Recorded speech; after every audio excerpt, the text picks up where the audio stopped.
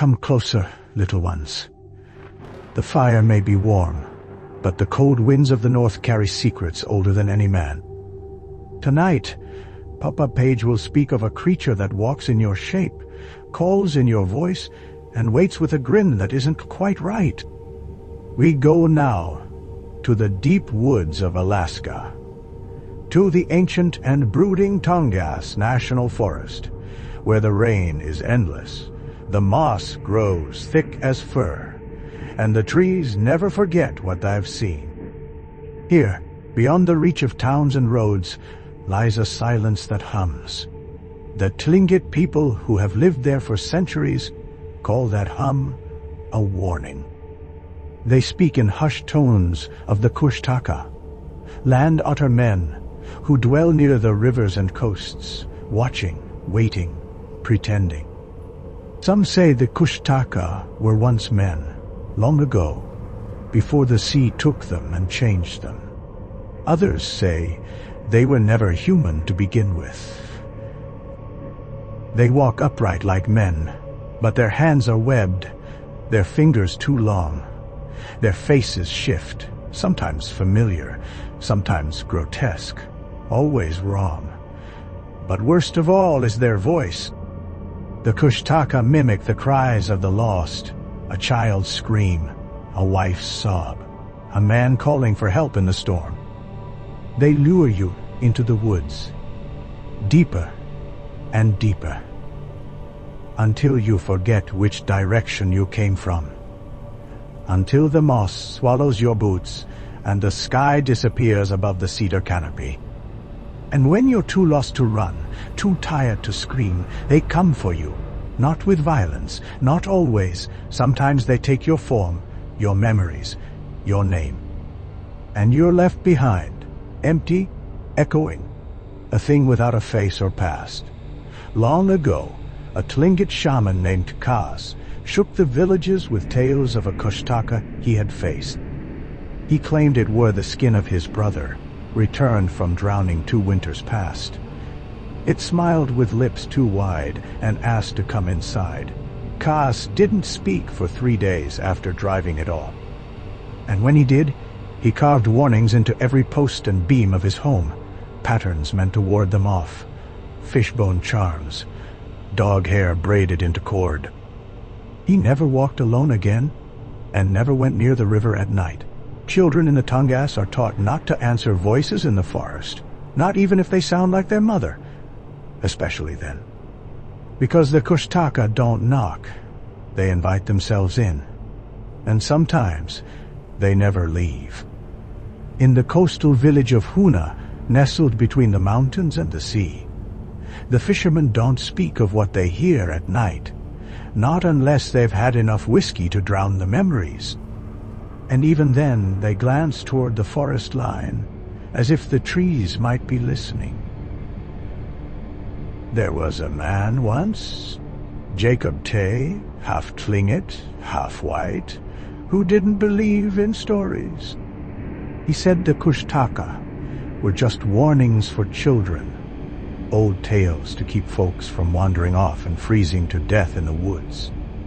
He laughed at the elders and carved his canoe too close to twilight, even when the clouds rolled low and the gulls fell silent.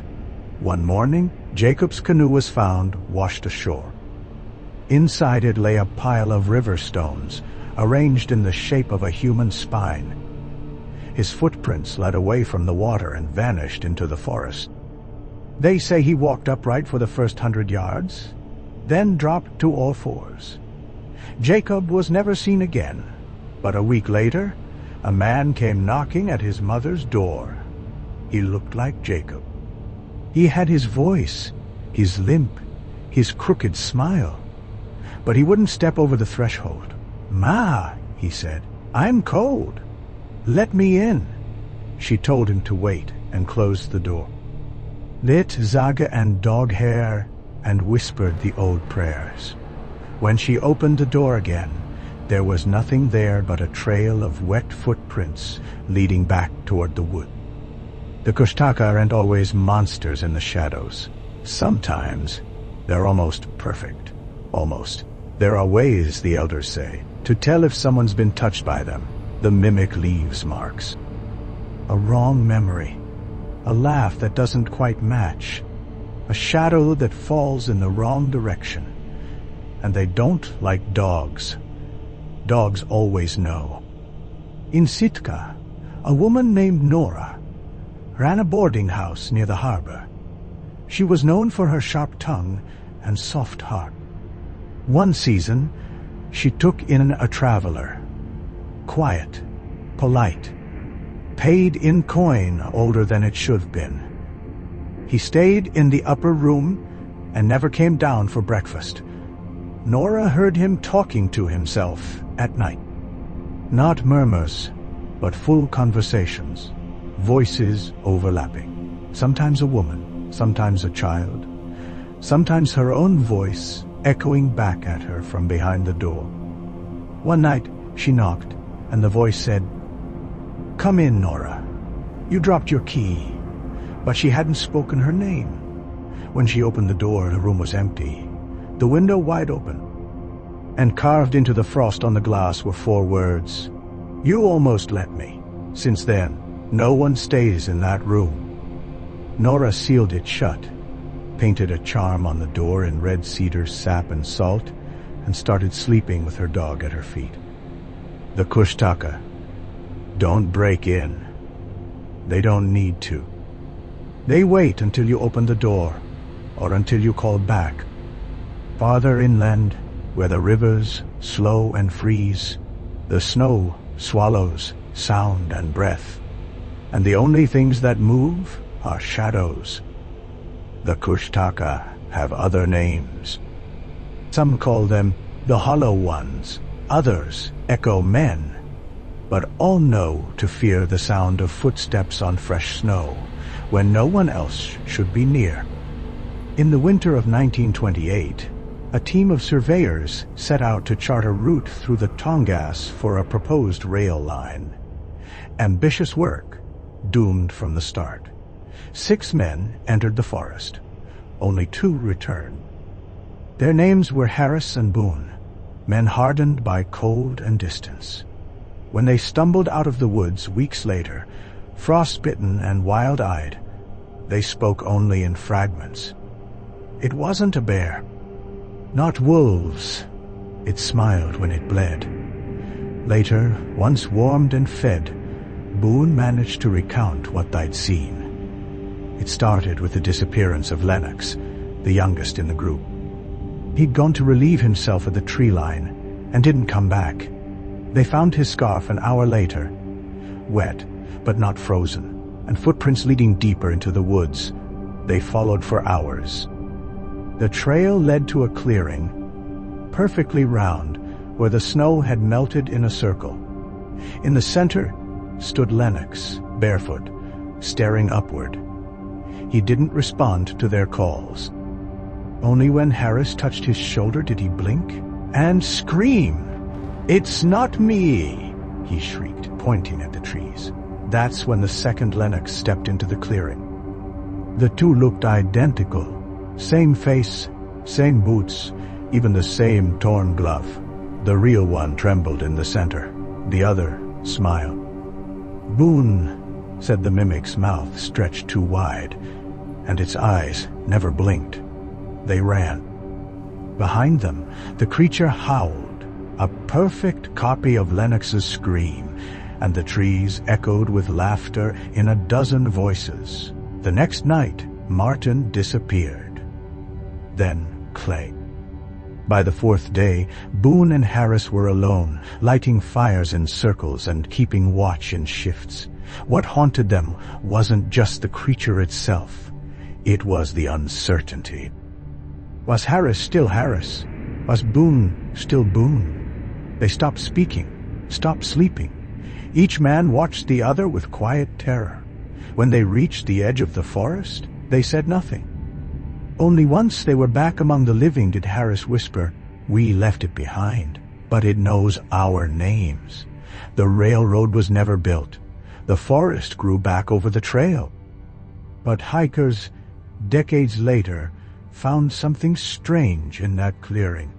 a set of boot prints charred into the ground, as if something hot had stood too long in the snow. The Kushtaka aren't bound by flesh. They're not just creatures. They're reflections of fear, of memory, of weakness. They take the pieces of you don't guard and use them to crawl inside. So never walk alone in the Tongass. Never answer a voice that sounds like someone you miss. And above all, if you see yourself standing in the snow, run. In the deepest folds of the Tongass, where the forest floor is thick with rot and forgotten bones, runs a nameless stream. It isn't on maps, and it never flows the same way twice. The Tlingit say it was carved by the Kushtaka themselves. A winding lure, a trick of water to lead you where they wait. Fur trappers once called it the River of Teeth, for its banks were littered with bones, gnawed smooth and scattered like offerings. Old-timers whispered that no animals drank from it, and no birds sang above it. The moss there grows too fast, too thick, too red. In 1936, a logging crew went missing near that stream. They'd been clearing cedar for weeks, felling trees without prayer or thanks. One day, a young Tlingit boy named Samo, who worked as a translator and cook, warned them, "The river's not for drinking." "Not unless you want to be someone else." They laughed, called him superstitious, and then they drank. That night, the camp was filled with voices, familiar, soft, beckoning. One man rose from his bedroll to greet what he thought was his brother. Another followed the sound of a fiddle only his mother used to play. By morning, the fire was cold and the tents were empty. All but one. Samu was found alone, curled in the ashes. His hair had gone white. He could not speak for years. When he finally did, he said only one thing over and over. "They wore our faces." Since then, no one cuts cedar near the river. No one camps in its bend. But sometimes, when the fog is low and the world is hushed, locals hear boots crunching gravel, slow, heavy, just beyond the trees. In 1951, a woman named Mabel Croft went missing while sketching birds near that same stream. Her husband led the search party. They found her notebook propped against a stump. The pages were soaked, but the last entry remained. "Something behind me keeps humming. It sounds like me."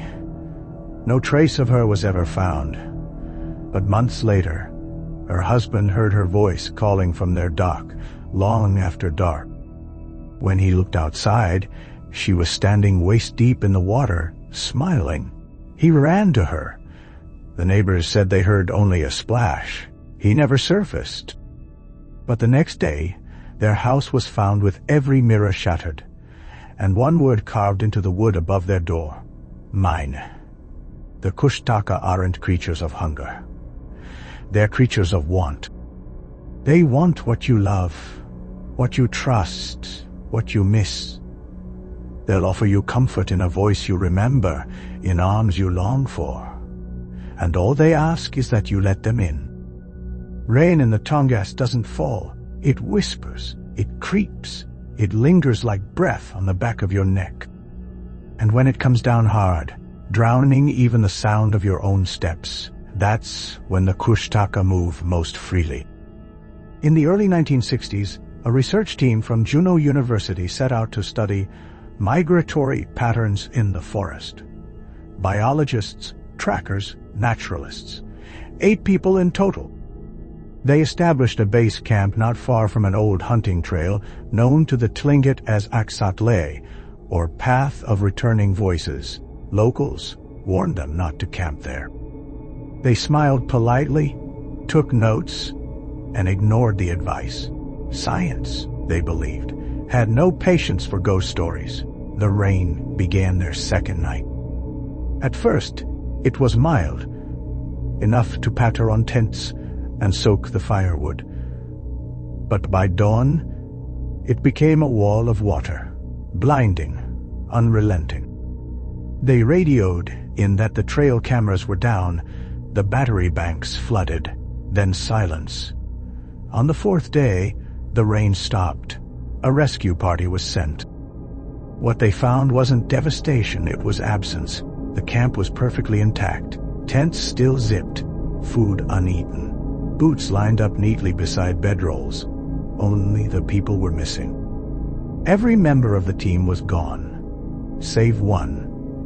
Dr. Lila Graves, the expedition botanist. She was discovered standing alone in the clearing, soaked to the bone, staring at a tree. She wouldn't respond, wouldn't blink. When touched, she screamed. "They're all still here," and fell into a coma that lasted 9 days. When she finally woke, she described the rain speaking. How it started by repeating their words back to them. Laughs, questions, songs. Then, new voices joined in. Voices of friends, relatives, lost pets. It became a chorus, luring the others away, one by one. "I told them not to answer," she said. "But the Kushtaka, they sounded like hope. She never returned to the forest." Her journals, found zipped into her waterproof pack, contained drawings, dozens of them, of herself, sketched from behind. Each with one subtle difference: a longer neck, sharper fingers, a grin slightly too wide. Not long after, hikers began reporting sightings near Axatle, figures standing still in the rain, waving. Never approaching, just waiting. One man followed what he thought was his brother's voice and disappeared. His backpack was found weeks later, hanging from a branch, soaked through. Inside was a note, still legible. "Don't listen when it loves you. The Kushtaka know what you long to hear. They take the voice that soothes you, the face that saved you, the name that breaks you, and they give it back. Not to comfort, to open the door. And once it's open, they don't step through. You do. Not all Kushtaka come calling with whispers and mimicry. Some simply watch, for years.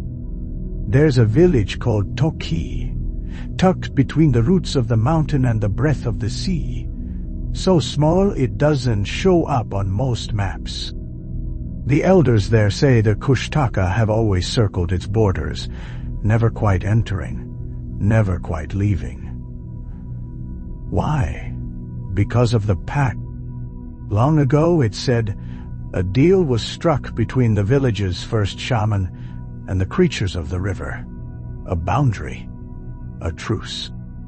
So long as the people respected the old rites, offered fish to the stream each season, carved no cedar on moonless nights, and never spoke the names of the dead in the rain, the Kushtaka would stay on their side. For a time, peace held, but memory fades, and generations forget what was paid to earn silence. The old customs were called superstition.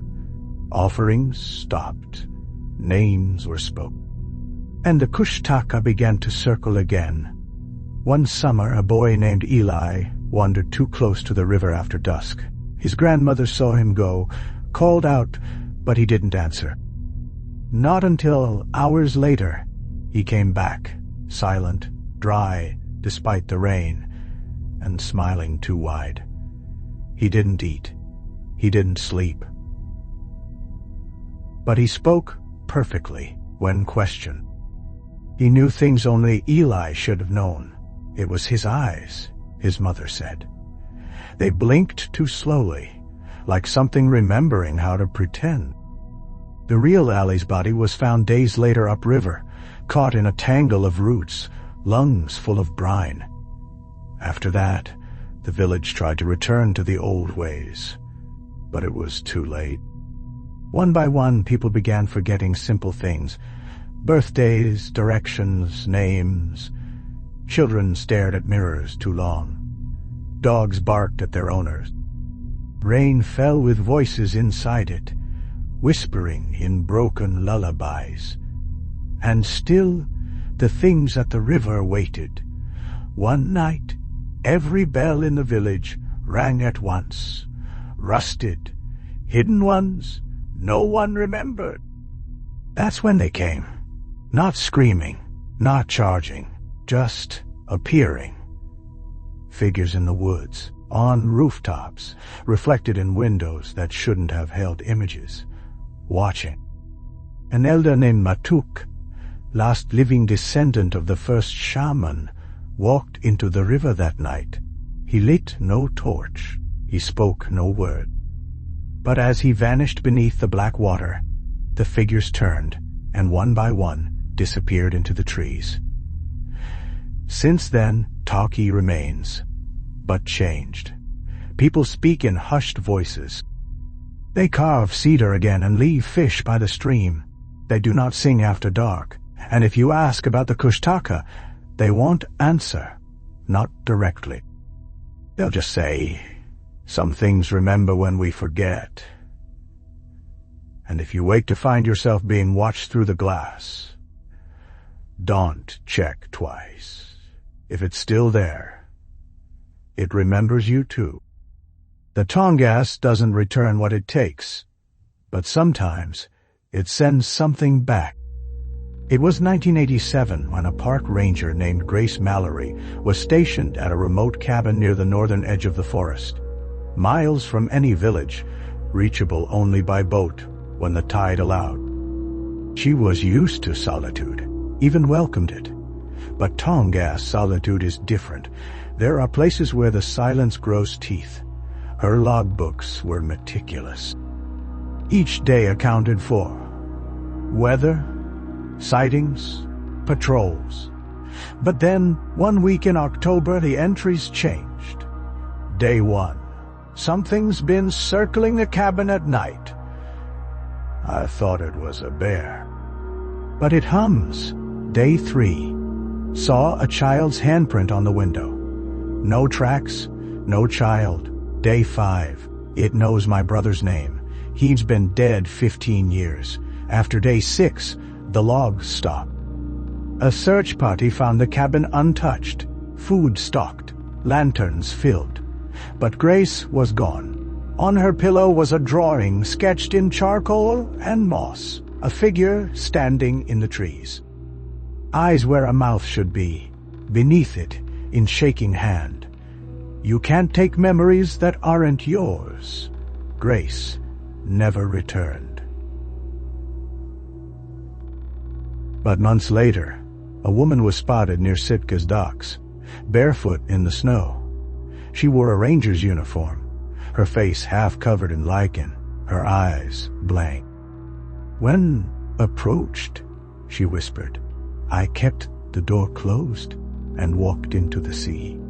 To this day, her body's never been recovered. There are stories that say the Kushtaka can be resisted, not with weapons, but with memory. They cannot steal what you do not offer. That if you deny them your grief, your longing, your guilt, they slip away, unable to take root. But who among us guards every weakness? Who does not ache for a lost voice, a warm touch, a name once whispered in love? That's what they want. Not blood, not flesh, permission. And once you give it, once you believe the lie that they are what you lost, they become something else entirely. Not just a mimic, not just a thief, a replacement. So remember this tale, my darlings. Tell it in the rain, whisper it into cedar bark, and never ever call a name into the fog. Because if something answers, it may already be wearing your face.